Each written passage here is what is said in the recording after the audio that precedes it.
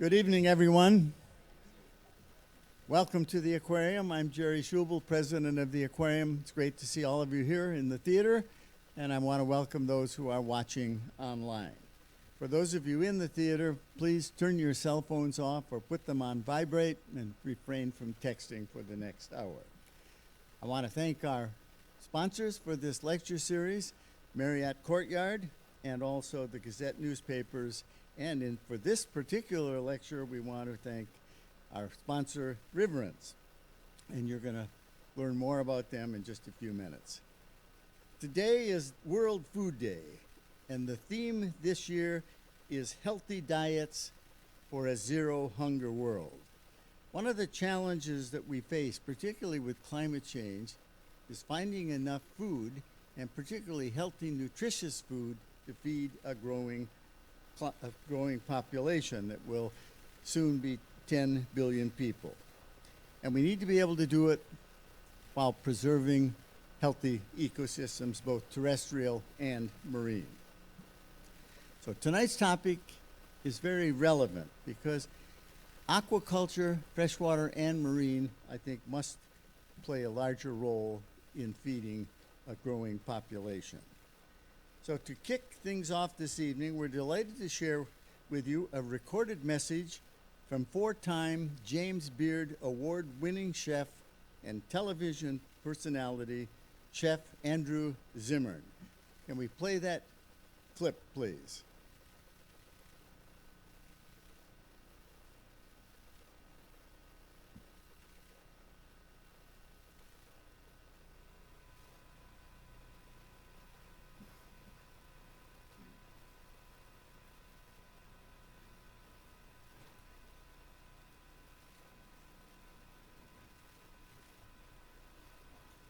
We don't seem to have any sound. Can you check that and rewind it, please?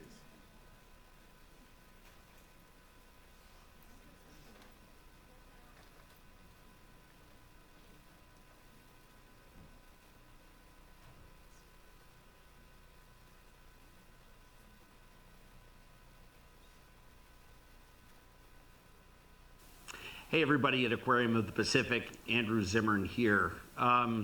Hey, big salute, David Kelley. Thank you so much for all that you do. Not just with founding one of my favorite sustainable aquaculture companies, but also for all of the years that you've put your money where your mouth is and you've walked the walk, not just talking the talk, in pushing this conversation about what we need to do to save both our planet and our food system, and picking my favorite topic within which to work, which is the idea of food and seafood in specific. We are in the middle of what I believe is a global climate crisis. This is not climate change. This is a global climate crisis. At the same time, 20 to 25% of people on planet Earth go hungry, while at the same time in countries like the United States, a land of plenty, we're wasting 40% of our food. There is no magic bullet to solve this problem. There just isn't. What is required is 15 or 16 pillars to be activated on, one of which is sustainable seafood and aquaculture, whether it's, growing sea vegetables on rope lines using columnar farming, or, companies like Riverence that are raising some of the most delicious trout that I've ever tasted. And I'm not saying it just because you're there, but literally in many cases, better than some of the wild stuff that I've eaten. That's how far aquaculture has come. Let me put it to you this way. Right now, we're living in a world where we're underutilizing companies like Riverence and other aquaculture companies that are doing it the right way. And we're ignoring the fact that in Apalachicola Bay in Florida, a bay that used to produce 10% of all the oysters eaten in the United States, 95% of the oysters eaten in the Southeast used to come from that bay, and 10% of what we consume nationally. Now, there are 0 wild oysters coming out of Apalachicola Bay. The reason is simple: climate change. Ignoring that is the problem. Weather is switching, fish are swimming in different waters. Wild Alaskan salmon may be a thing of the past, just in the same way that 20 years from now, none of our kids may be able to eat, chocolate that's made with wild cacao or drink coffee that's made from a wild bean. And I'm not trying to fantasticize the problem. I'm just stating a simple fact. It is our obligation. It is our obligation to grow where we're planted. I plant myself firmly into the field of aquaculture and believe that we need to take that flag and march it to the top of the mountain. That's how we're going to feed a hungry planet. It's how we're going to lessen our reliance on big food and all of their abuses. And it's how we're going to become better custodians for planet Earth. So, to all of you tonight, enjoy the conversation. I hope to see some of you at South by Southwest, where David and I will be continuing this talk.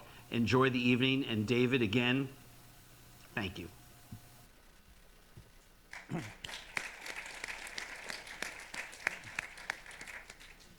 And many of us had a chance to have some of that delicious seafood that David grows. Freshwater fish, trout upstairs. Now I want to invite David Kelley to join me on stage. David is an 11-time Emmy Award-winning writer and producer with over 30 nominations, and he's a lifelong fisherman with a passion for protecting wild salmon. His latest hit series, Big Little Lies, averaged 10 million viewers per episode this past July on HBO. Since his career in television hit its stride in 1986, David has been incorporating topics of cultural and environmental importance into his writing, using his platform to talk about these important issues like climate change, issues that the public needs to understand, and that he does it in a way to instigate positive change. Now he's raising the bar by directly supporting aquaculture in an effort to decrease the pressure on wild salmon. Welcome, David.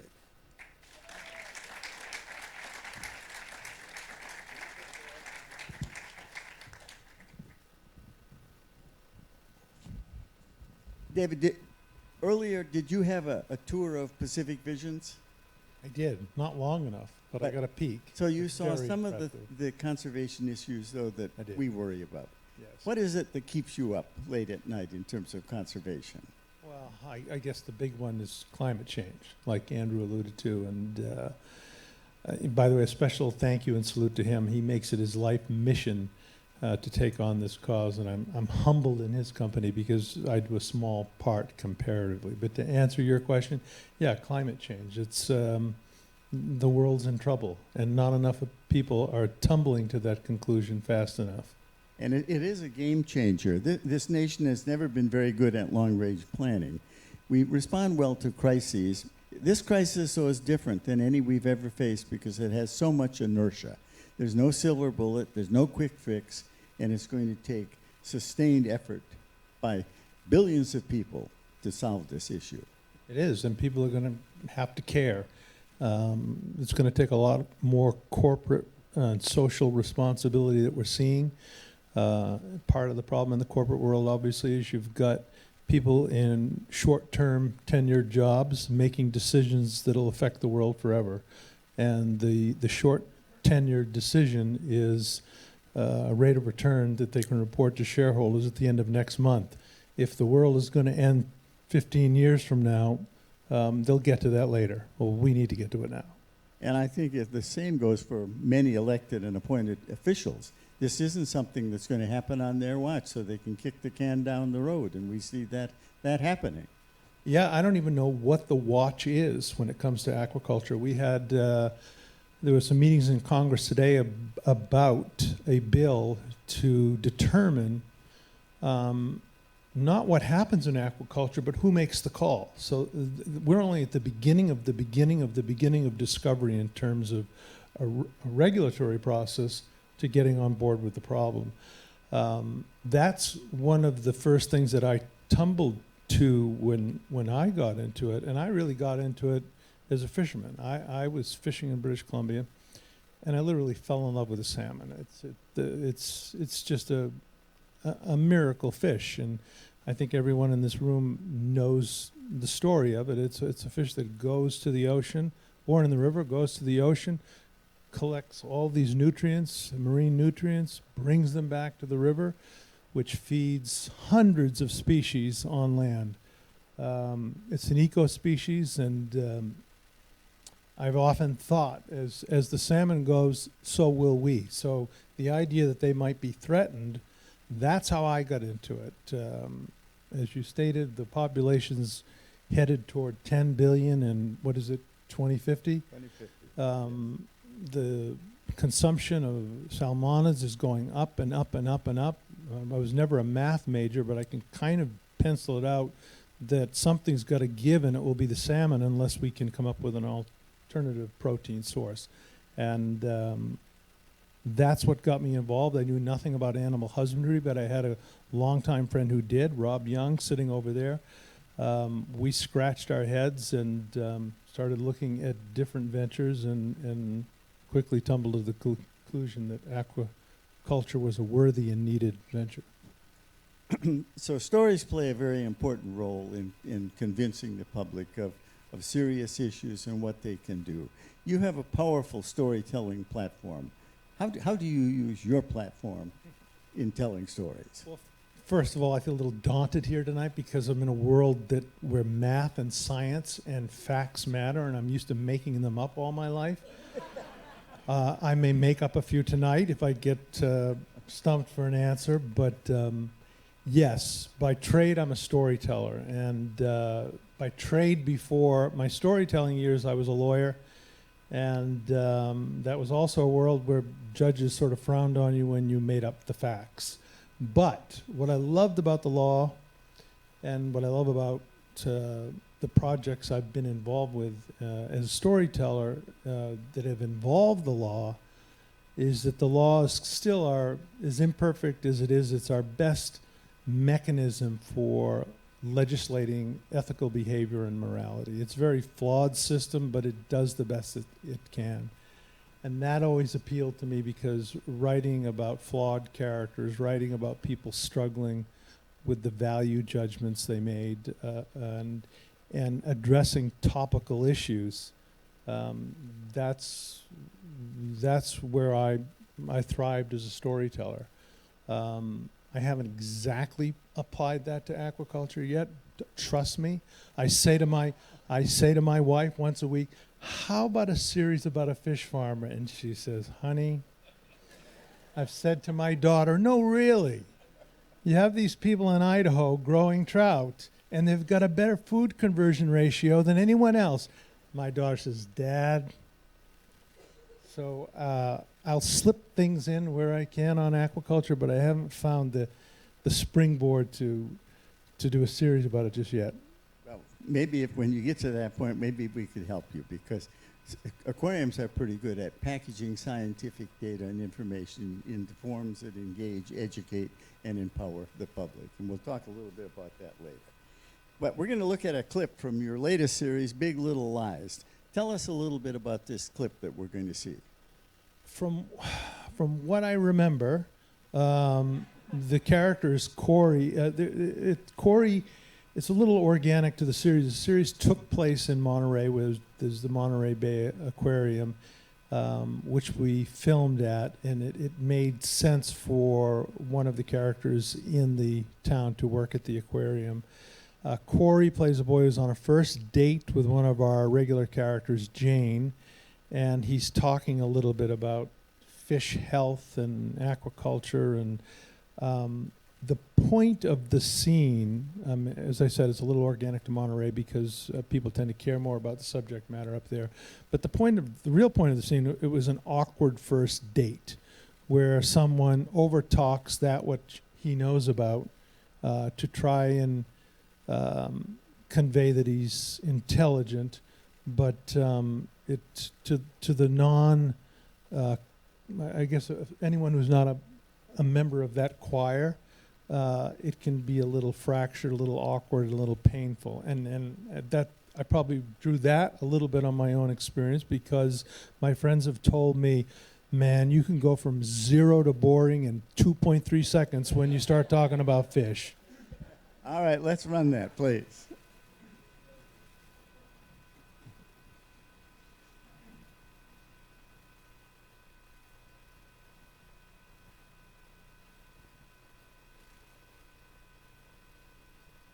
So I'm guessing the ocean. Could you check? Sure. Thank We seem to be having technical difficulties tonight. Do you know if it's wild or farmed? I believe it's farmed. Land-based or net pen? Sorry? Were they raised on land-based facilities or in net pens in the ocean?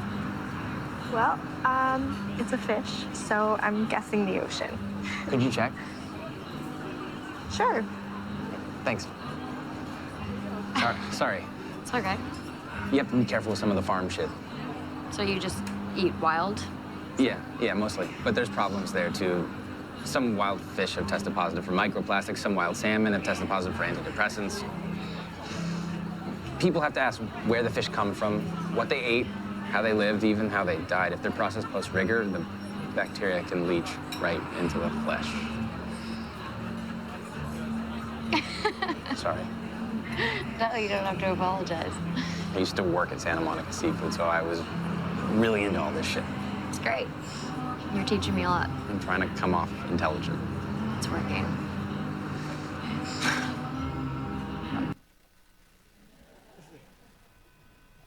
I think that is the end of it, right? You can see why we were a big hit. All right, so but you not only have inserted these kinds of clips in your program, you went out and bought the farm. Now, back where I grew up in Michigan, if somebody said he bought the farm, that meant he had died. Yes. No, you're very much alive. Not yet. Not yet. Yeah, very much alive, very involved, and you not only bought one, you have 8. What possessed you? That's another question I've been asked. I remember when I was in college, I grew up on a farm, horse farm and pony farm in Maine, and my father still has horses, and my brother still trains horses. And I studied in high school, and one of the biggest motivators was so I would get to stop mucking stalls. And when I got to college, and I would hear people talking about their life dreams, oh, they're going to make a lot of money on Wall Street, or they're going to do this, or become a doctor, and at the end of the rainbow, they were going to retire and build a farm. And I would think, what? Who would do that to go back to the farm? So the irony isn't lost on me that I guess, like a salmon, I'm sort of turning upriver to the stream I began on and have returned to farm life. However, I did wear these clothes to show you that I'm not the one doing the actual farming. So when I was growing up, I had a horse too, and I inherited several buggies, an old sleigh called a cutter, and a surrey. So if you ever decide to get a horse, you let me know, because my wife's not too keen about me getting a horse. So tell us a little bit about reverence. Reverence for the river is a very important thing. It used to be that here in the West, most of our rivers ran wild, and that's no longer the case. Half of them have been modified, and only about 21% flow freely to the ocean. What was it about rivers and reverence that captures your attention? Again, I go back to the genesis of the whole project, which was fishing on rivers, seeing salmon navigate their journey, starting in their birth river, going out to the ocean, thousands and thousands of miles, only to come back with these nutrients to grow riverbanks and various species.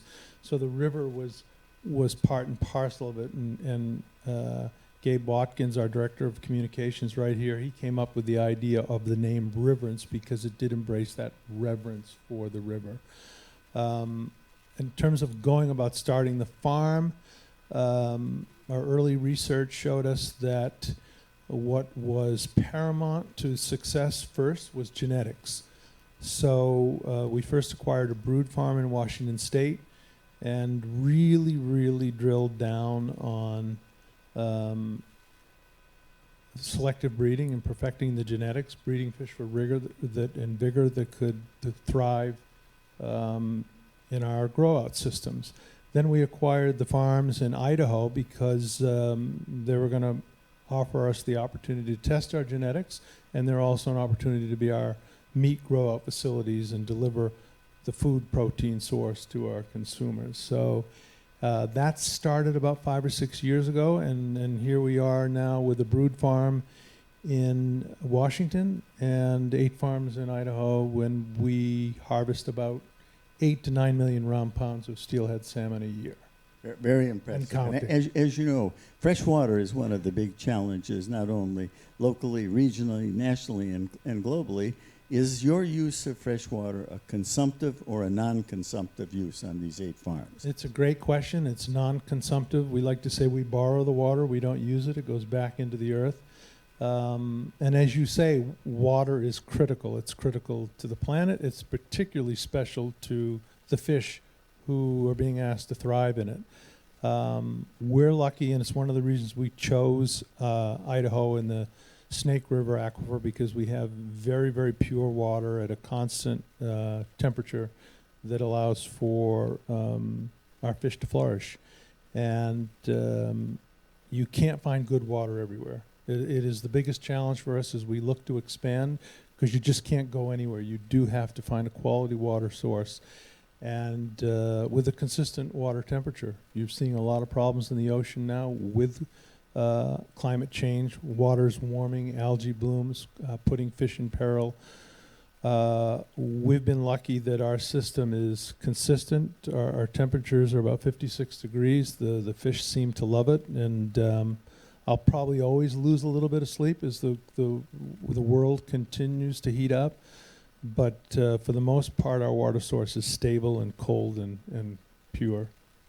So, owning these 8 farms plus the one in Washington, you clearly took some financial risk. And back in Michigan, when somebody said he sold the farm, that meant you really gave up an awful lot to invest in something that you believed in or had great potential.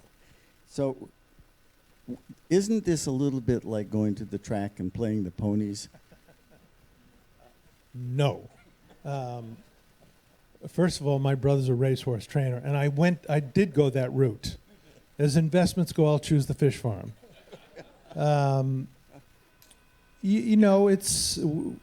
It's I could say that this is a philanthropic endeavor, and maybe to a large extent it is, because I'm trying to protect and save something bigger than myself. But the other reality is we are in this for a profit, and that is important, because the only way that aquaculture is going to grow, and it has to grow, again, if you do the math, the population is going to be up to 10 billion in 20 or 30 years. People are eating more and more salmonids. We need aquaculture.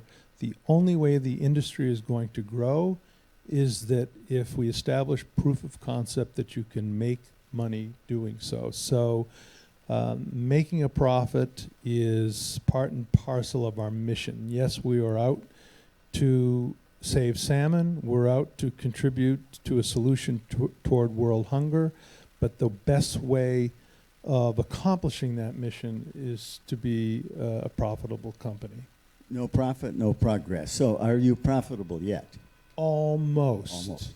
We're just about cash flow. We actually started out cash flow positive, but then we've made a number of improvements to build for the future, and as one must do, because growth is all about the future. So we have brought on a formidable team, science team. We have many in this room here. Todd English there is our director of sustainability. We've brought in directors of science and nutrition and fish welfare. We've got the building blocks for a long-term haul in this industry. And in laying down those building blocks and that foundation, you know, it's caused me to invest in it. But I'm pretty comfortable that investment will pay off, and I'll be happy that I walked the plank.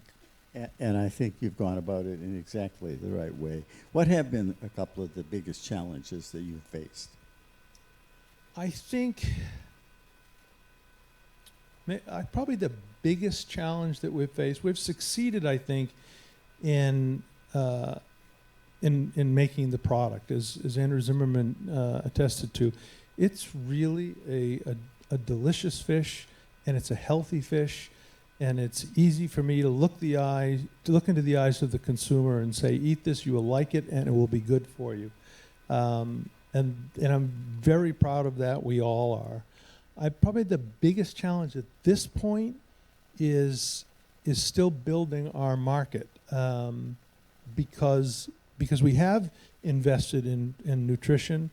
We've lowered densities. I mean, we've put a lot of effort to making our fish more of a premium fish, and now the goal for us will be to command that premium price.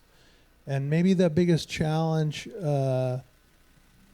is with customers and distributors who say they want aquaculturists to do it a better way, but they don't necessarily want to pay the extra 10 cents for it at the end of the day. We have been lucky to get embedded with some distributors who really do care about our story. Santa Monica Seafoods is one. They care about sustainable fisheries, both wild and with the aquaculturists. When we can latch on to distributors and retailers who care, that makes our job easier. What about King Seafood? King Seafood. There are lots of those here in California, and he believes in aquaculture. We'll introduce you to him. Okay. Sam King is on our board. So does food constitute a fairly large portion of your budget? Fish food. Fish food, yes. Fish food. That's the joke we have. I go to write television shows to pay for fish feed. That's our biggest expense, and we were talking about it earlier, and to do it better, it costs more. Right. And especially if you want to become more sustainable and you want to get away from fish meal and fish oil, and you're going to go to the alternatives, which we fully support, and our team is working on, but it will mean that the cost of your feed will go up a little bit, and if you don't pass that cost on to the consumer, then you're going to affect your bottom line. And as I said, at the end of the day, we want our bottom line to be positive. And as we were talking earlier, there's some interesting things going on in creating food for fish. And there's a company in Silicon Valley, Nova Nutrients. They have a very interesting technology where they use CO2, which is something we want to get rid of, and they introduce it to bacteria, and the bacteria convert it into a high-quality food, and their first target is aquariums, and so we're going to see what we can do with them, and then they would like to be able to scale it up to aquaculture. And you mentioned you're investing in another company. There's some interesting things, everything from the one I just mentioned to using black soldier fly larvae to do it. So Latest is wood. and the latest is wood, yes. Wood, yeah. So there will be some breakthroughs. Yeah. Well, we're very glad that you didn't buy the farm and that you sold the farm. So please let's have Kim Thompson, the director of our Seafood for the Future program, and Dr. Halley Froehlich, the assistant professor at UC Santa Barbara, come up and join us, and Kim will take over. So you stay, David. Thank you, Jerry. All right, now it's time to put Jerry on the hot seat. So we've heard about David's quest to support conservation by investing in these farms. Thank you very much. But now we need to look at the scientific case for how responsible aquaculture can play a role in conservation. You've met Dr. Jerry Schubel, who in addition to being the fearless leader of this institution, is a thought leader for conservation in the Anthropocene. His bio is the length of a novel, so I'm going to spare you with the abridged greatest hits version. But Jerry has a PhD in oceanography from Johns Hopkins University. He served as the Dean of Ocean Sciences at Stony Brook University. He's published hundreds of scientific papers and is a master at successfully translating complex scientific concepts to engage broader audiences, which is what the aquarium does. He has served on and chaired a number of science advisory boards, including the NOAA Science Advisory Board, National Research Council's Marine Board, and the Census of Marine Life U.S. National Committee. He is also a member of the California Ocean Science Trust. Joining him is a superstar in the field of aquaculture research, Dr. Halley Froehlich from UC Santa Barbara. Halley has a PhD in marine ecology and fisheries sciences from the University of Washington. As a postdoctoral scholar at the National Center for Ecological Analysis and Synthesis, she studied the global potential of sustainable offshore aquaculture. She's recently started her assistant professor appointment at UC Santa Barbara, where she's exploring the interactions and impacts of aquaculture, wild fisheries, and climate change. She's currently a principal investigator on several North American and international seafood and aquaculture projects, as well as a member of the Scientific Advisory Board for Aquaculture Stewardship Council, and a contributing author for the AR6 Intergovernmental Panel on Climate Change Report North America. Science stuff is always long, right? So often when we talk about sustainable seafood or sustainable aquaculture, we tend to look at it in terms of risks, such as escapes of antibiotic use, of sea lice treatments, water quality, and all of these things are really important. There's also a growing body of research on these issues that's helping the industry to learn and leverage science to develop best practices and technologies to address a lot of them. But is this an accurate picture of sustainability? Are there other parameters or contexts in which we should be considering or looking at in terms of the role of bigger systems like aquaculture in terms of the global food supply? So Holly, I'm going to start with you. We just spent a day discussing nothing but data. Good times. My favorite. For a project where you and your colleagues will use a research method called data synthesis. Very briefly, can you walk us through what data synthesis is and how you and your colleagues are using it to learn more about aquaculture's role in the broader context of the food supply in a changing climate? Nothing would make me happier. All right, token nerd here. So synthesis science, it's this concept of whether you've heard that turn of phrase of we're swimming in data or we're swimming in information. So scientists like myself, we very much take that to heart. And so what we end up doing is putting a lot of time, energy, and effort of collecting that information, whether that's tens to hundreds of studies or thousands to sometimes millions of data points if we're talking about the global ocean, which myself and some of my colleagues who are in the audience operate at that scale. And we aggregate this information together to get a bigger picture understanding of what the system looks like that you might miss if you're just at a really small local scale. So we really depend on the amazing work that scientists do at other scales at local, regional, or country levels for the science that we do at the global scale sometimes to answer these broader trends that are really important for things like aquaculture and climate change. So in your research, what are you finding? What role does aquaculture play in a sustainable food portfolio in a changing climate? So this is a big one. So if we're looking across our food sectors, and that's something that I've definitely kind of waded into as somebody that very much focused on wild fisheries for a long time, looking at and across systems becomes very important. There's a lot of time and effort that has gone into understanding these bigger pictures around what does climate change mean for agriculture? What does climate change mean for our fisheries? But we're just now really starting to be able to answer those big questions for aquaculture.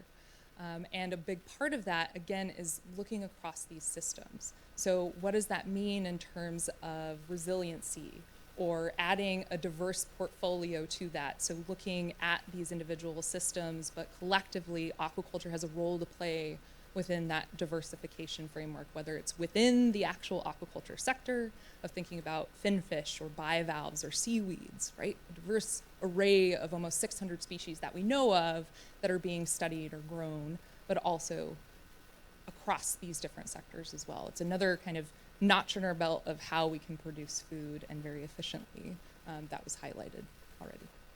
So Jerry, you and I have gotten us in trouble a number of times with aquaculture. So talk about why do we as an aquarium that has fish in our exhibits, why are we talking about aquaculture? I think clearly aquaculture of all kinds has to play a larger role in the future. We've seen what the so-called green revolutions of agriculture have done to the earth, both the solid earth and the ocean. So we need a blue revolution, and we need to have aquaculture in all of its forms. And I think, I want to say, the only people who want data are guys like you. Decision maker, ladies. Decision makers want information. The public wants information. They don't watch your program to see data. They want stories. Now, information comes from data, and Santa Barbara, UC Santa Barbara, is an exception in the amount of emphasis you put on transforming data into information to address big issues. Because in most universities, that doesn't factor very well in promotion and tenure. You get, you know that, so, but anyway, aquaculture has to play a larger role, and I think I admire what you've done, David. You've I think established the importance of that. I think going forward, we're going to need all kinds of aquaculture, and we're going to have closed containment. We're going to have fresh water. We're going to have salt water, and we'll have open ocean aquaculture if we're going to produce enough seafood to satisfy a growing population. And you said, and why an aquarium? Why not an aquarium? I think the real reason is, for some strange reason which I've never understood, when surveys of the public by a company called New Knowledge, they ask, who do you trust the most? Now, this is general public, for the information you get about the ocean and marine life. And they give them a series of choices: scientists, elected and appointed officials, NGOs, aquariums. And aquariums always wins. The only way, though, that we win, I think, is if we bring the best minds to the table, researchers to the table, to develop the stories. And we have the large audiences. 200 million people come to zoos and aquariums in North America alone every year. Globally, it's 750 million. So I think aquariums have an obligation to talk about these big issues and to help the public understand what we're going to have to do to thrive in the Anthropocene. I would add to that to say that the other role of aquariums, because when I was young, I went to the Boston Aquarium, where I think you once worked. I was there. And I remember as a kid just being struck by the magic of the SeaWorld and the fish.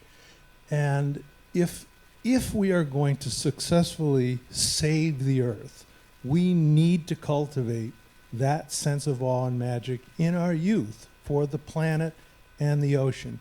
The kids today, and I'll sound like a dinosaur, but they're not out in the woods. They're not digging for worms or bugs or flipping over rocks. They're on their gadgets. They don't grow up with the awe of nature that I think a lot of us did. And when kids go to the aquariums, it opens their eyes, it drops their jaws, and they say, wow, there's a whole world out there. And if a fraction of those young minds to say, I'm going to get into marine biology, or I'm going to try and promote the welfare of fish, then aquariums have done its job. All wonder and curiosity. It's not whether they learn a lot when they come to an aquarium, but it inspires them, it makes them curious, so then when they go back into the classroom, they're more apt to learn, I think. And you can, by the way, I fell in love with a salmon. Some people have got into this industry because they've fallen in love with a sturgeon. And that's not a pretty fish. It's a beautiful fish. It's gorgeous. We It's have a one dinosaur. here, by the way. Google it. It's amazing. Yeah. But I mean, I can absolutely speak to that. I was born and raised in Rio Rancho, New Mexico, which I'm guessing nobody knows where that is. There's not a lot of water there. It is a desert. So having access to natural history museums and aquariums, that's huge in terms of getting people in literal deserts to become fisheries and aquaculture scientists. That's no small feat. So And I'm very fortunate to work for this institution. And we also do get away for pushing the envelope a little bit. So thank you for that, Jerry. It's always a good time. We make our PR team sweat. You're welcome, Marilyn. It's all for the greater good. So we did talk about climate change and greenhouse gas emissions, and you alluded to the water source, and you were talking about the diverse portfolio that includes closed containment, land-based, and ocean-based. The special thing about your trout is that it is a land-based system. It is a race-through system. But tell us a little bit about the circulation system and how nature is powering the water in your trout. Yes, we use both RAS, recirculation. We use that in Washington for our brood site, and we've been very happy with it. But the majority of our business, our grow out in Idaho, that is all driven by nature. The water comes out of the canyon walls. It really explodes out, and it, by virtue of gravity, moves down our raceways and through our flow-through system. So it's 100% natural. They're kind of like concrete rivers, so it's as natural as you can be without being a river. And you can see some of them back here. It's not up right now. I actually got the opportunity to go to the farms in Idaho, and I will say the sturgeon was the highlight of my trip. But the trout are pretty amazing too. But it is pretty spectacular when you see that water actually coming out of the hillside and feeding the trout farms. It is worth seeing. So from your perspective, we know that one of the expensive pieces for you is the feed. But what would you say the greatest challenges for growing responsible aquaculture based on your experiences and taking on the challenge of owning these fish farms? What is the greatest challenge for growing a responsible aquaculture sector in the U.S.? Many challenges. Although, truthfully, we're very bullish on it because right now I think U.S. imports about 90% of its seafood. So to be able to grow our product in the United States and be one of the few that can do it with economy of scale, we've consumed a little bit of the Kool-Aid as well as the aquifer water that explodes out of the canyon, and we think we're going to be a flourishing business. One of the when you say one of the challenges, there are many challenges when you're farming because you're dealing with live animals, and anything can happen. So the things that cause you sleepless nights aren't so much as what's happened as what possibly could. You want to take care of your water supply. You want to constantly be perfecting your feed and nutrition. You want to make sure your animal welfare standards are met because these are living creatures.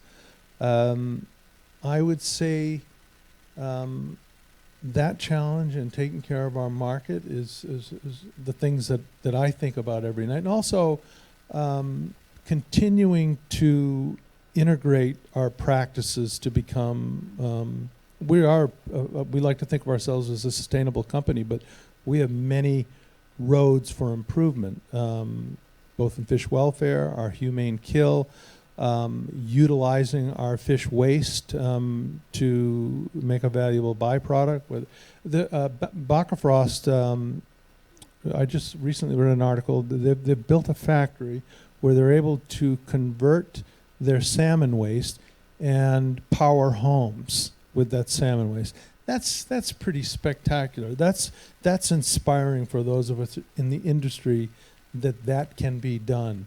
We work with a company called Superior Fresh, who we sell our Atlantic stock eggs to. They grow out Atlantic salmon and sell the Atlantic salmon as meat, but their primary product is leafy greens, which are grown with the repurposed waste from the salmon.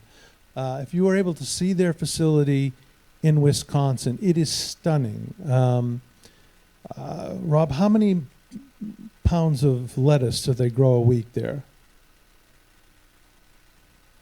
Yeah, 500,000, and it's delicious. It's a fantastic product, and forgive my vulgarity, it's grown with fish shit. And when I go back to social responsibility and corporate responsibility And consumer responsibility, I always start with that. You know, we need to give a shit that counts because the salmon are doing so. Yes, they are, clearly. They're powering homes now, too, with it. So on that note, that was something that I wanted to touch on. I think a lot of times, salmon often gets vilified as the villain of aquaculture. And I think not just looking at salmon or fin fish versus shellfish, but also looking at scale. So you just mentioned a couple of great examples where these companies are innovating, and you've got this R&D that tends to trickle down and through economies of scale can become more widely available. So do any of you want to take on the challenge of talking about the importance of a diverse portfolio, not only in the types of aquaculture, but also in the scale of aquaculture and how we need the bigger players as well as we need the small mom and pop players?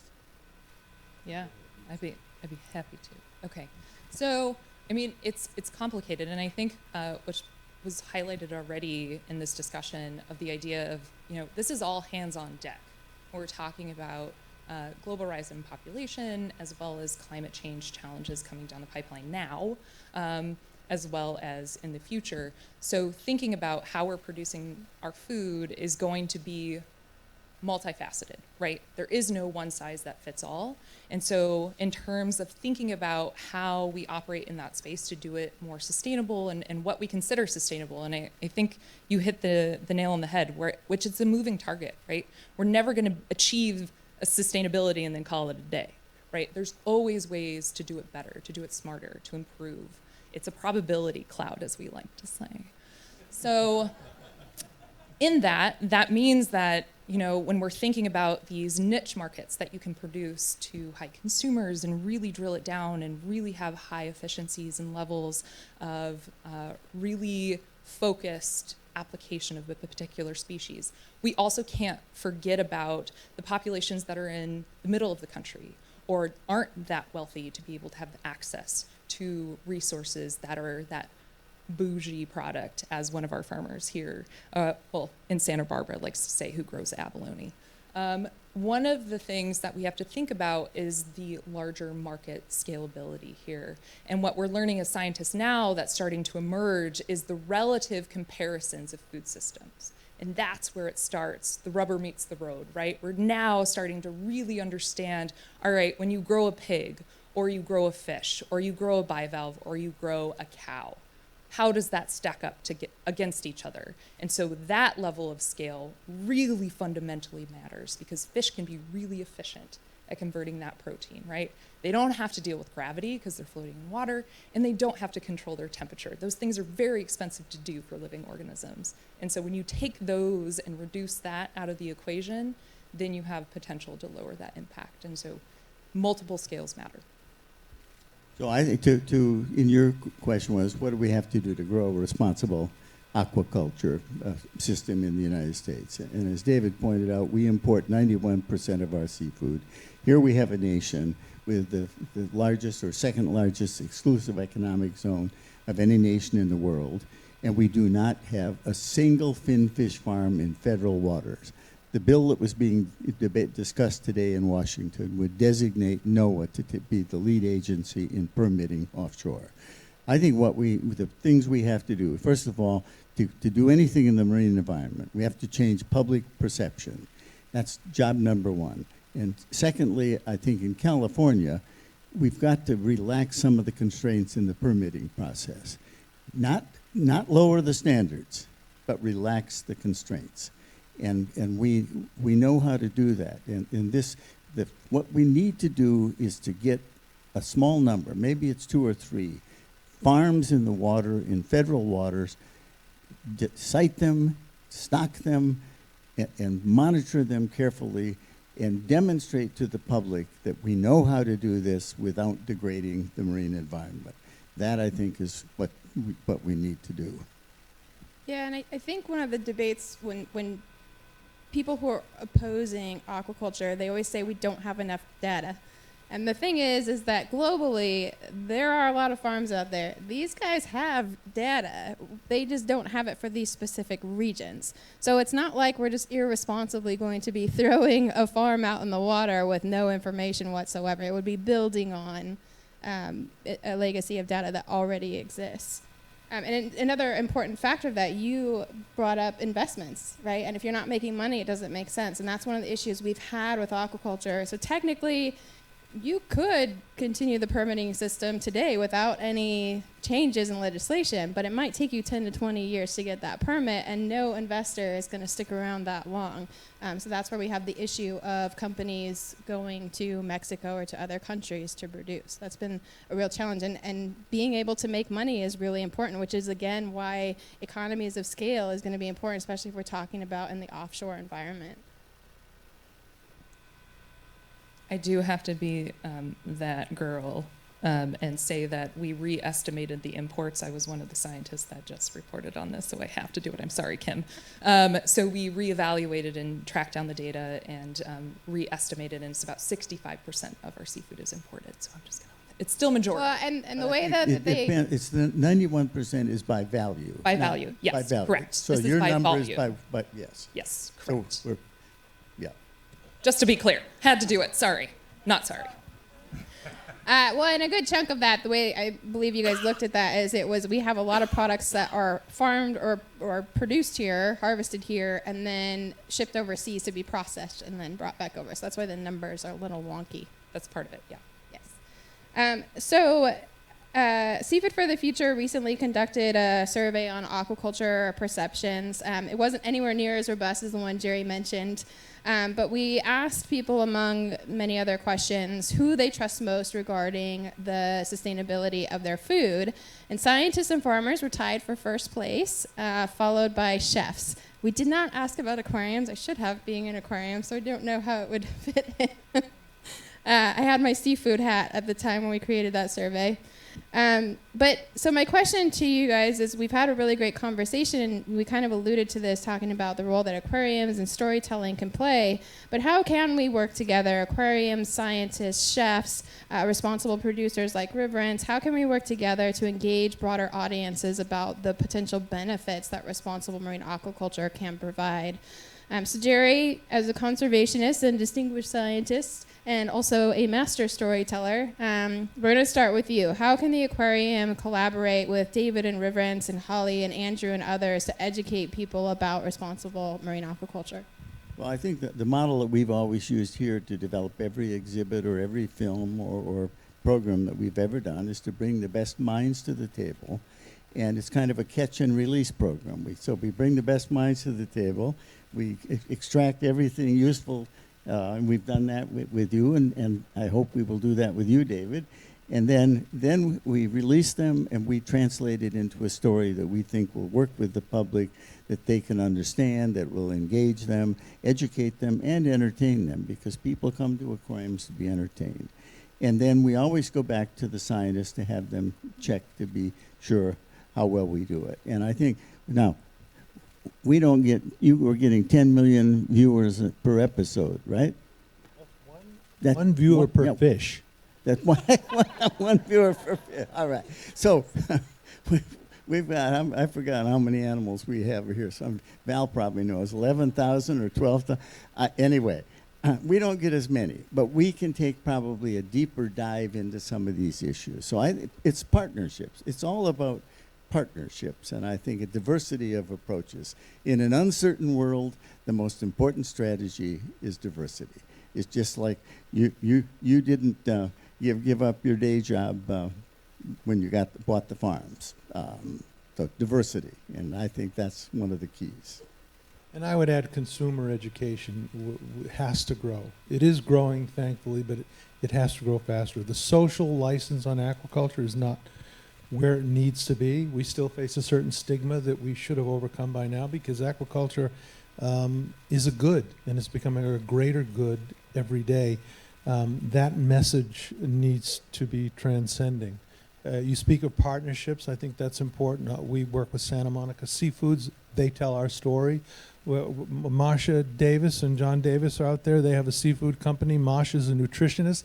That's a golden partnership for us, for our product to find its hands into a nutritionist, because in terms of getting public trust, if a nutritionist is telling you to eat it, you're probably more likely to listen than if it's a corporate member of the farm who's producing it.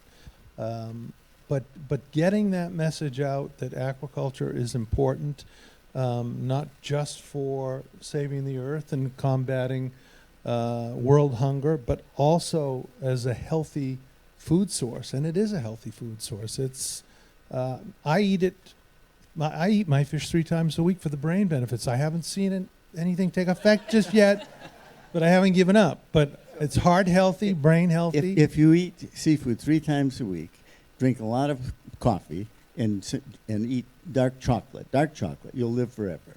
Now, the one I would be careful though, but advertising this lettuce that it was grown with salmon excrement, that probably is not a good tagline. I don't know. I'm into it. Well, Linda Cornish from Seafood Nutrition Partnership testified today that if you want to get smarter, your mom needs to eat it when you're in the womb, and you need to eat it in your first few months of life. So there you go. If you've got the kiddos, you need to be feeding them seafood now to get the brain benefits. So you were mentioning with the consumer education, so you're working with nutritionists, and I think that's a really important point, is that, you know, even though our ultimate goal is conservation, there are people who just don't eat seafood because they're not familiar with it and they don't like it. And again, from a conservation perspective, if we're taking a step back, if we can get more people to switch out even just one hamburger on occasion with a trout burger or a responsible seafood product, that is a win for everybody. So sometimes I think we do, from the conservation community, need to take a step back and survey the landscape. And I think just getting people to eat more seafood sometimes is the win that we need to take away. So Halley, did you have anything that you wanted to add in terms of how researchers can help contribute to these efforts? Sure, yeah.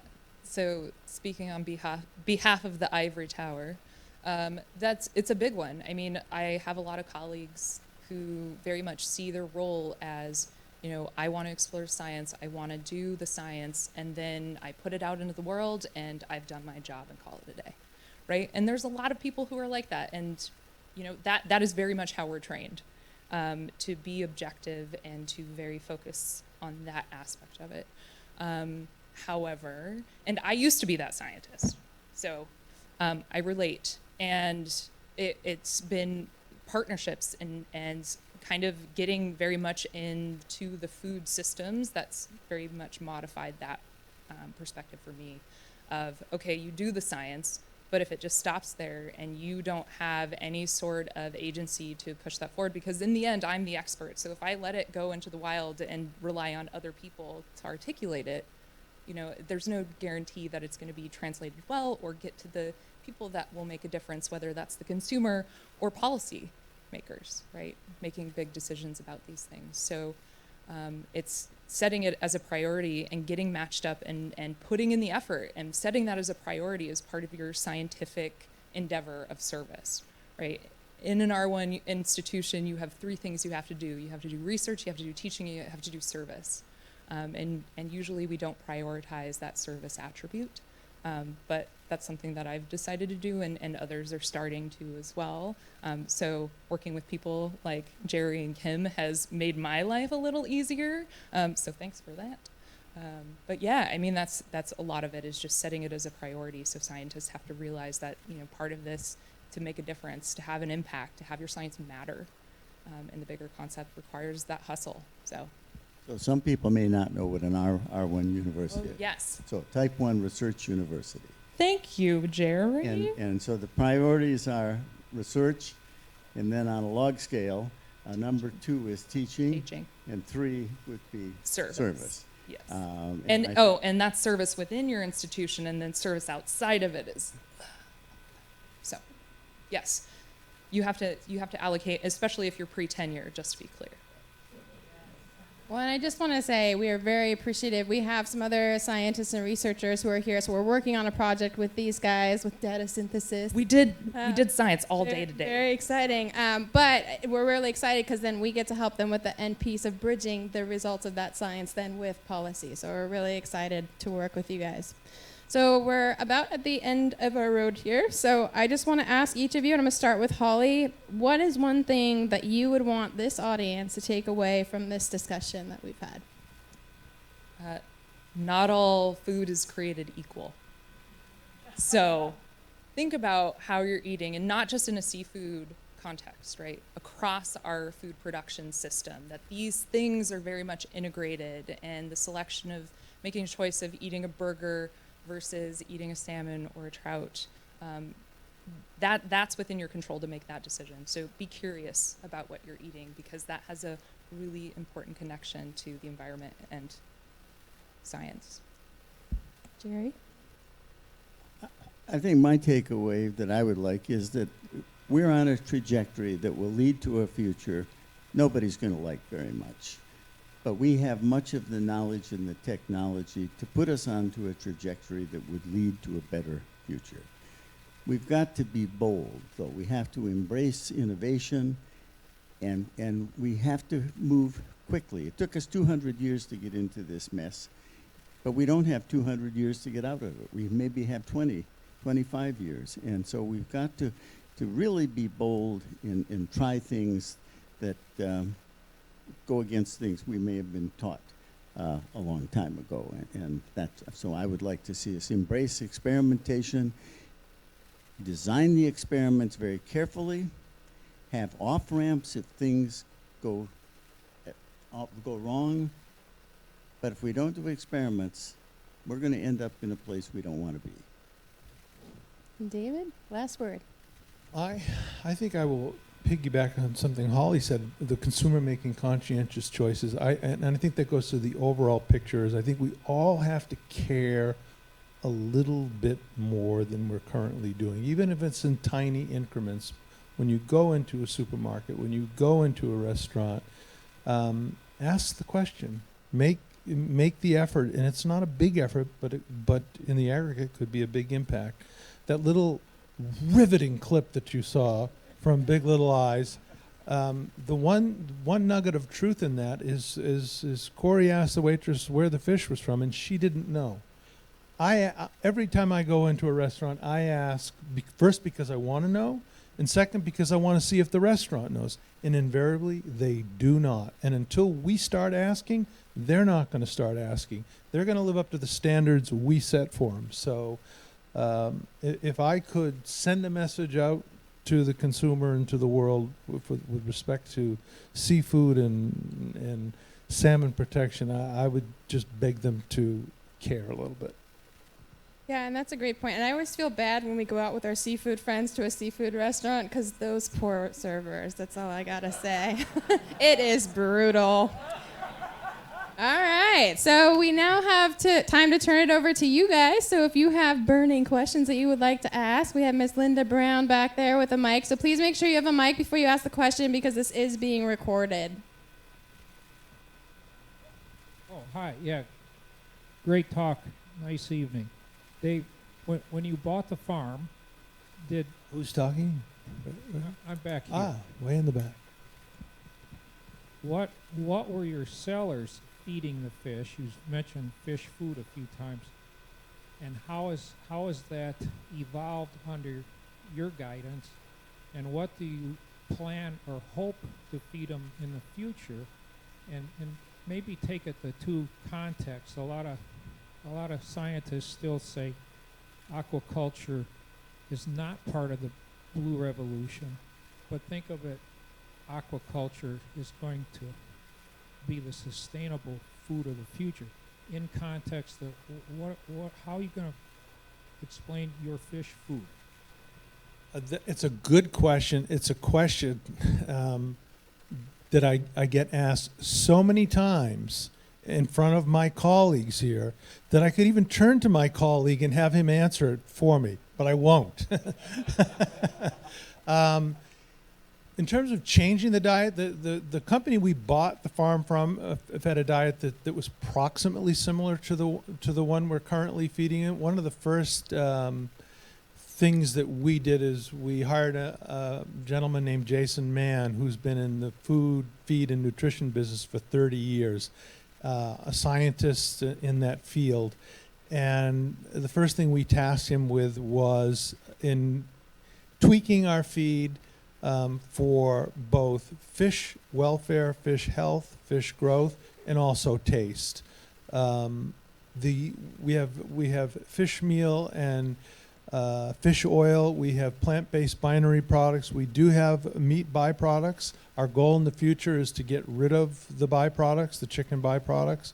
But at the beginning of the day, we want to do what is best for the consumer and best for the fish. And the fish, there are vegetarian diets out there, but the fish don't necessarily like them and thrive on them. And in terms of the quality of the meat, the less stress a fish, the happier the fish is, the better the meat quality. So we kind of start with our animal here. What does our animal want? What does it covet? And we go from there. As we fast forward ahead, we're going to try and be on the leading edge of the technology to get away from the fish meal and fish oil because we want to be sustainable. We're a sustainable company. We're about 1-to-1 food conversion ratio, which is very good compared to a cow. I think is 6-to-1. But it's incumbent upon all of us in the industry to reduce pressure on fish meal and fish oil because we'll fish that into extinction too if we don't find alternative food products. So it's a great question. It's a challenge for us to improve and tweak that food product every day. Did I answer all of it, or?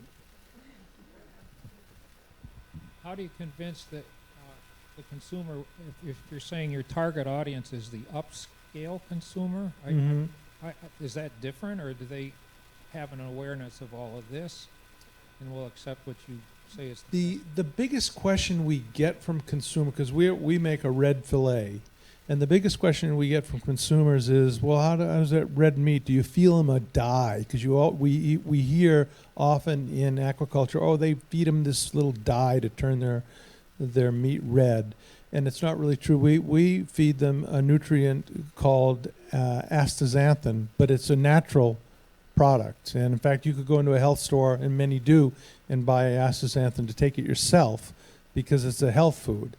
And we find when we feed it to the fish, it does in fact ward off disease, makes them healthier and grow faster and stronger with more vigor. Yeah, it's a beta carotene, I think.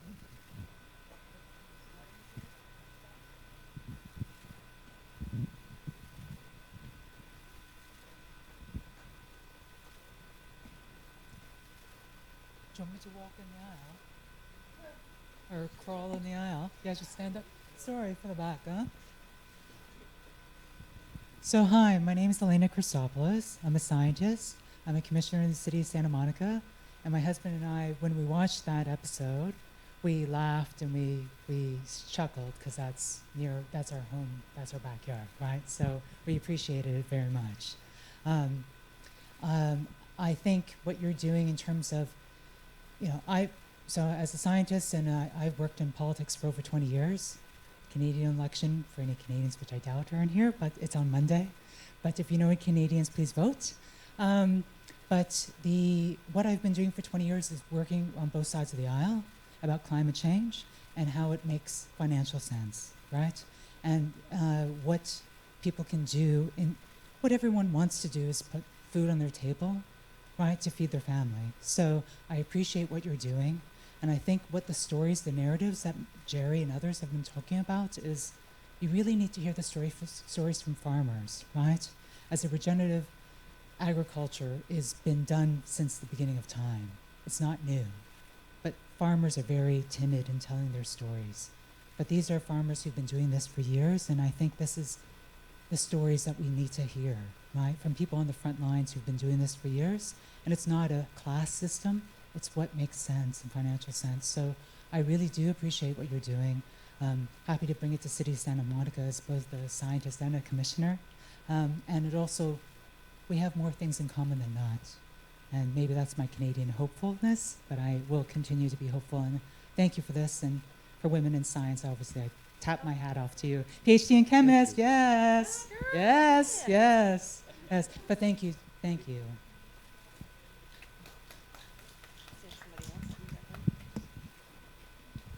Hi, my name is Laura Mandis, and thank you all for being here. It's so great.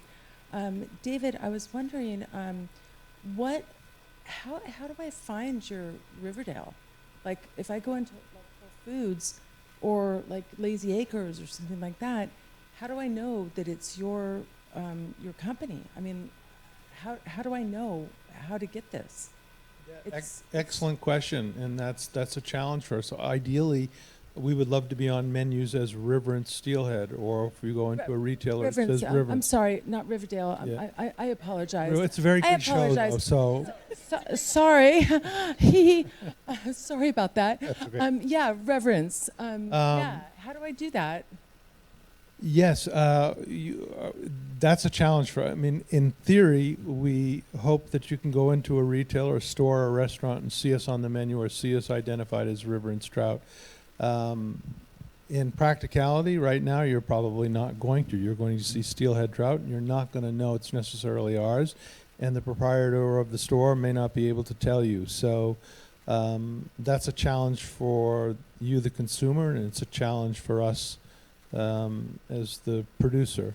It's one that we're tackling head on every day with our distributors. And like I said, the better ones, like Santa Monica Seafoods, are labeling us, and the goal for us is that our name itself will convey the quality. Just like if you see on a fleece jacket it says Patagonia, that may mean something to you, that company cared about its principles and stood behind its principles when making their product. We're hoping to get the same kind of traction for our name, Riverence. Are we a household name yet? No. Can you march into any store and ask the people at the produce markets if they have it, or you're probably not going to get an answer to your satisfaction every time.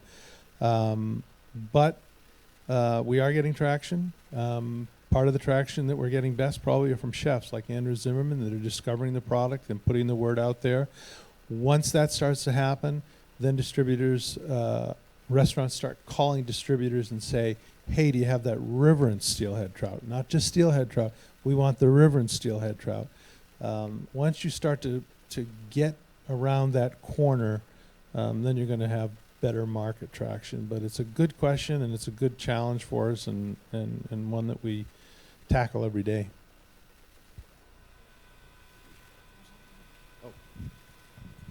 I just have a simple question. If you're talking about future ideas, where would somebody present a new future food idea?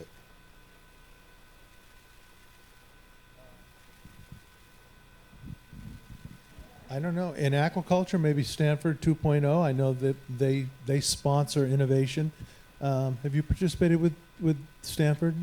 Yeah, so I've done a bit with Stanford, but I would say there's a litany of organizations, both very kind of formalized. You have something like the F3 conference or challenge that's organized to bring scientists and investors and tech companies all together in one location, and it stands for Fish Free Feed.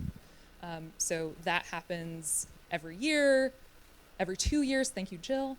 And so those types of events are kind of more formalized to be able to have those interactions. And then you can have just kind of one-offs where you have tech-driven types of events that can bring a whole bunch of people. So we just had one at our university that brought a whole bunch of people in both wind energy and aquaculture and fisheries all into the university to interface with the scientists and students who are doing that. So there's a lot of different ways that that's happening, but there does appear to be a theme in California where the tech industry is quite prominent in a lot of these things, yes. And every year, the Wall Street Journal holds a forum on the future of food. So it's not just seafood. In fact, seafood's a very minor constituent, but that's a good place for a marketplace of ideas.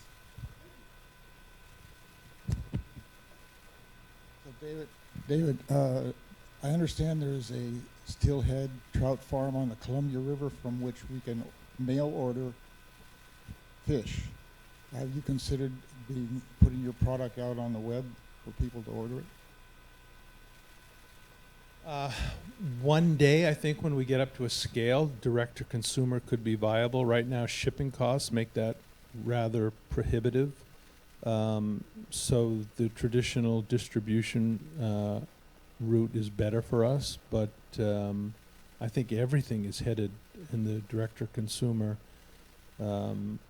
path, and ultimately we'll probably try to develop the technology and the capacity to deliver fish directly to consumers as well, but we're not there yet.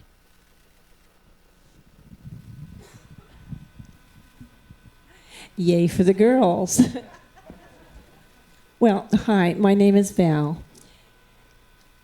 And I've been at this aquarium for a long time. And one of my big things to do is communicate to people in our various shows. So I can affect maybe 200 people at a time when I talk to them. But I'm thinking of our new Pacific Visions, and I have a question to you, Jerry, and to David here.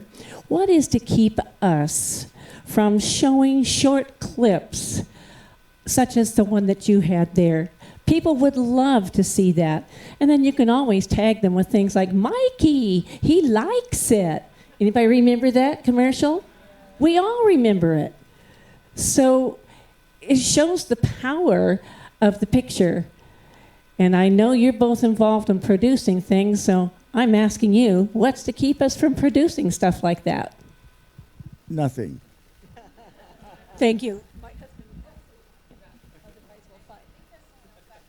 Hi, Stephanie Kelley. I'm a public school teacher here in Long Beach. I'm the chef instructor at Browning High School and former teacher of Boston Public School. I see you.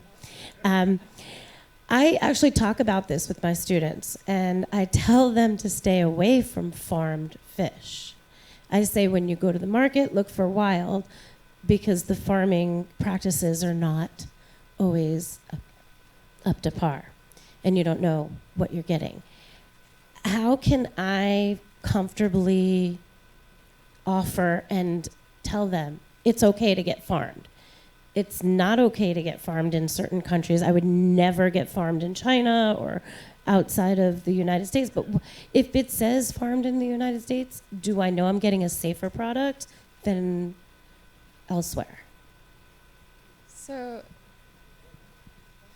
So the recommendations that we give, so first of all, you heard farmed seafood has a much bigger role in conservation if it is done responsibly. And I understand that it's hard to figure out what's responsible and what's not.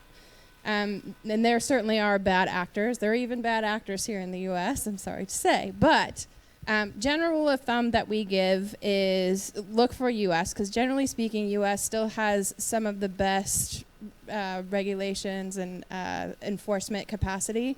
And we do have some of the best managed aquaculture in the world. If you can't find U.S., and that also cuts down, by the way, on greenhouse gases from importing, just saying. If you can't find U.S., then look for certifications. You have Aquaculture Stewardship Council, Best Aquaculture Practices. Those are great institutions. Halley is on the Standards Oversight Council for Aquaculture Stewardship Council. I am for BAP, so we can vouch for them. And then, if all else fails, just do some digging, do some homework. Is the company transparent? And, you have to then trust your own judgment. Do you trust what they're telling you? Are they giving you transparent information? And I think that's something we don't want to think about because we don't want to do the homework. But if it's something you're really passionate about and care about, I think we all have a responsibility rather than just saying, I'm not going to eat that because I don't trust it. You may actually be doing a disservice by telling people not to eat it when maybe it still has a benefit. Yeah, and I would say if you want to say it in a way that your kids will hear you, you can say we have an app for that. Monterey Seafood does give you a pretty good guideline on the better actors and the better fish. But you speak to the problem that we all face, which is the social license stigma. We do have bad actors in the industry. I don't think anybody got in it to be a bad actor. Everyone's has motives may be fine, but their practices may not live up to their motives.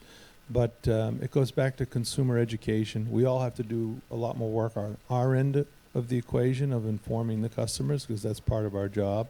But before I got into it, and I didn't know which fish to trust or which farm to trust or which fishery, that Monterey Seafood Aquarium app was very helpful.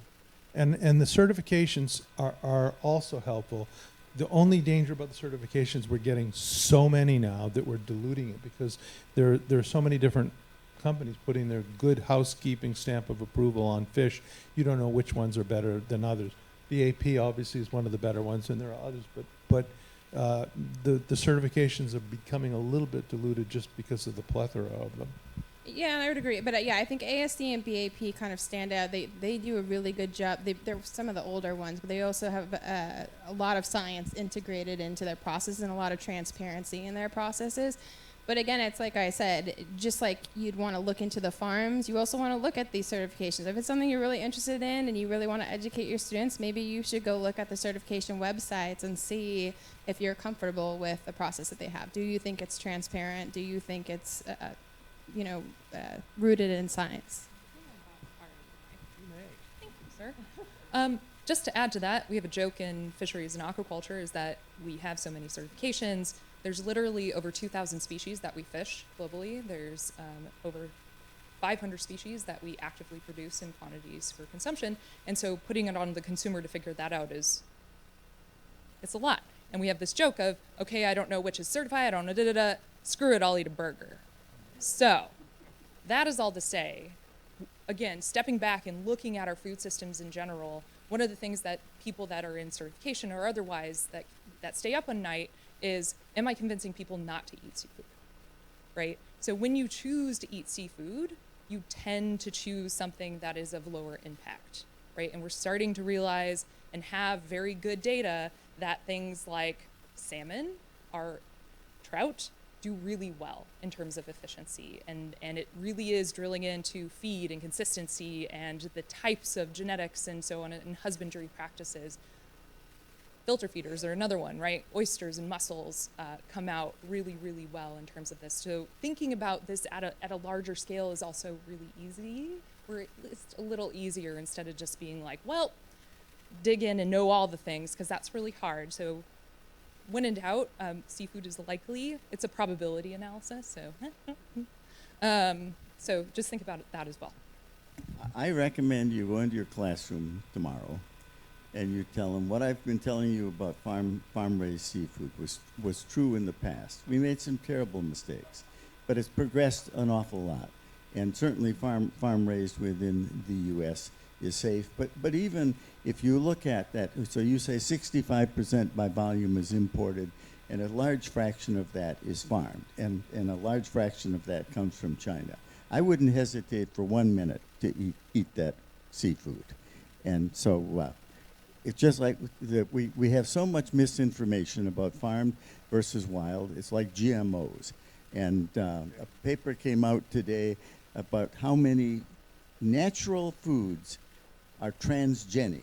That is, they've changed their genetic composition just simply because of natural processes.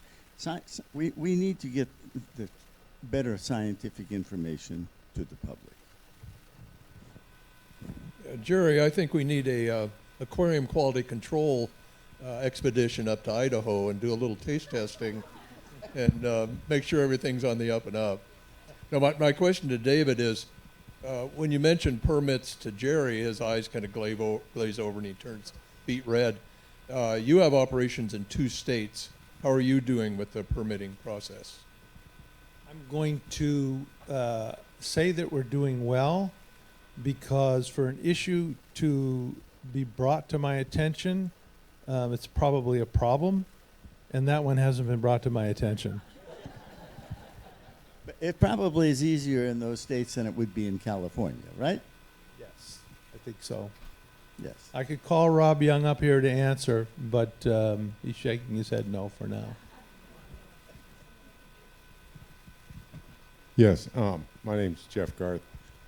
I quit eating farm-raised fish 20 years ago because it tastes like cardboard. Has it improved in those 20 years? And because you all make it sound like I got to go do a bunch of research and this, that, and the other thing. I mean, when I order up something I want it to taste good, I mean, I know what proper salmon. I would make a trip to Juneau and come back with a freezer every year. So the difference for me is simply I could taste. You know, I wasn't interested in eating it, whether it came from China or somewhere else. I mean, I want real fish. And that's all that matters. You know, if you care about the environment, if you care about wild salmon, then we hope you would choose Riverence fish. If you only care about taste, which the majority of people, frankly, are like you, then we hope you'd choose Riverence fish. Because when I went back to, at the beginning, talked about, you know, being a sustainable business as well as making a sustainable fish, we're not going to be that unless the consumer likes the taste of our product. We got to make a product that they want to eat. That's why I was very proud of Andrew Zimmern. And Andrews came from your camp. He thought that farm trout was mushy, and I don't know if he referred to it as cardboard 10 years ago, but he didn't like it. It's come a long, long way now where we do think we do pass the taste tests, and that's why chefs like Andrew Zimmern and others are coming on board. Yeah, and there's been survey after survey after survey, and price and quality are always numbers 1 and 2, and then sustainability usually falls around 4 or 5 in terms of priorities for people buying seafood. So, again, as I mentioned before, from a conservation perspective, it actually is helpful to take a step back and look at how we're going to get people to eat more seafood, and it has to taste good. You know, by the way, even the people that claim to be environmentally conscious, and they go to a restaurant and they park their car and they walk into the restaurant and they want to make the world a better place. They sit down at the table, and after that first glass of wine, when the waiter comes to take the order, they want something that tastes good, that doesn't make their ass fat. And we're conscious of that litmus test, that we want to make a premium product that tastes good and that is good for you. And if that's the only 2 things on your checklist, that we intend to live up to them. And I think everybody has to. We're making food items that people want to eat, and they're not going to eat them if they don't taste good. They're not going to come in and order cardboard. All right, we have time for one more question.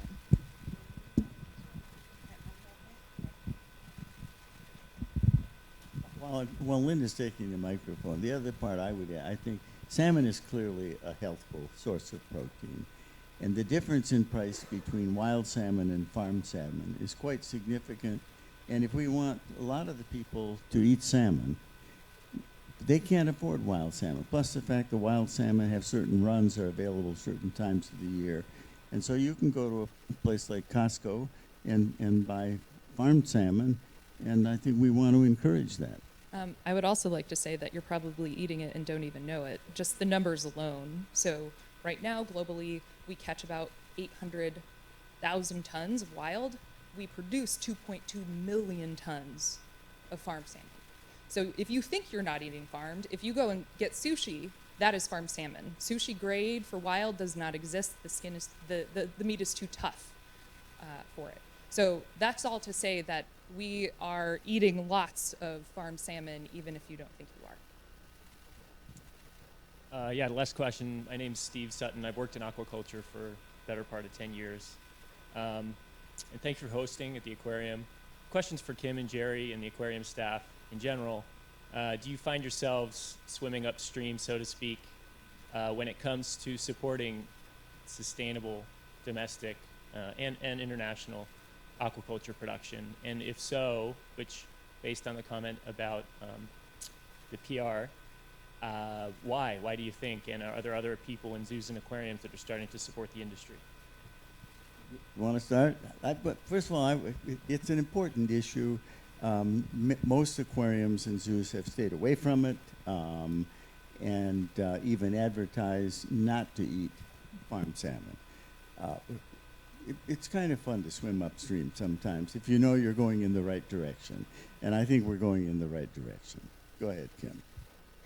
Yeah, I think we're definitely in a unique, so Monterey Bay has a great program. They have Seafood Watch, and they do recommend a lot of aquaculture products, including U.S. Aquaculture. But in terms of publicly talking about it in their aquarium, they actually don't do that a whole lot. And that's because it can be controversial. You can get pushback.